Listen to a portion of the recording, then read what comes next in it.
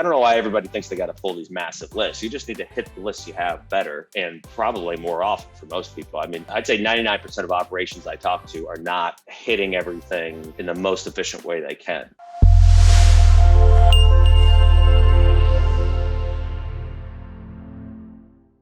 We're going to talk about process real quick. So you say, I need a better process. Like, maybe not.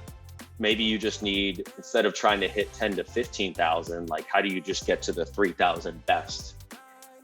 You know, just tighten up your scope, like get tighter on the circle that you're looking at. Like this is all the homes that might work for you based on what we've been talking about.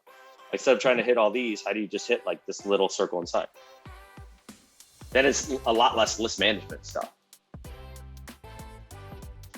Same thing, like it came up again, but I have a guy I'm working with now that's trying to, and this may work in some counties, guys, where it's a lot of the same product, but in this particular county, he's trying to kind of like target county-wide and then apply a big filter on the whole county. And it's not necessarily the way to do it, because you may have a big difference in values, for example, in that county. You're going to get a lot of stuff you actually don't want in there that's not going to work for you. So you got to be careful how you target that stuff. Just get smaller. It's not like, I don't know why everybody thinks they got to pull these massive lists. You just need to hit the lists you have better, and probably more often for most people. I mean, I'd say 99% of operations I talk to are not hitting everything in the most efficient way they can. So either they're not hitting it enough to draw out the connection.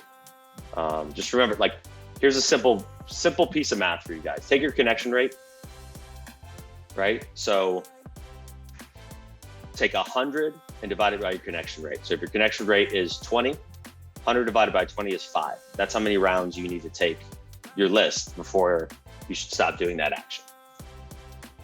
There's an easy general rule of thumb for you that you can use just to use that to start, or use that to challenge like whatever you're doing now, and then play with the number from there.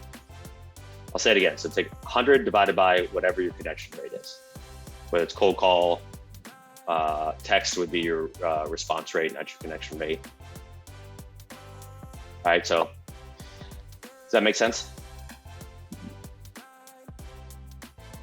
There's a lot of other little things in there that we could talk about, but I'm just trying to give you guys a broad kind of guide and say, like, you know, are you doing it anywhere close to that number? And then maybe just go a little bit deeper.